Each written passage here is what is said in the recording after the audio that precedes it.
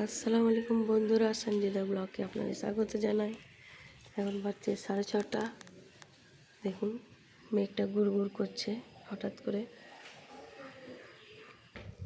দেখুন কীরকম অবস্থা, অন্ধকার। রাত্রিবেলায় গেটটা কেউ লাগায়নি। দেখুন কত হাওয়া দিচ্ছে। বাপরে, মেঘ করেছে, বৃষ্টি হবে।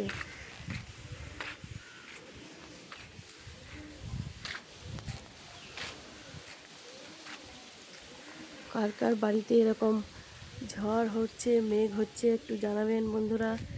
কোথায় কোথায় থেকে দেখছেন আমার ভিডিওগুলো, সেগুলোও জানাবেন। এই বাপরে,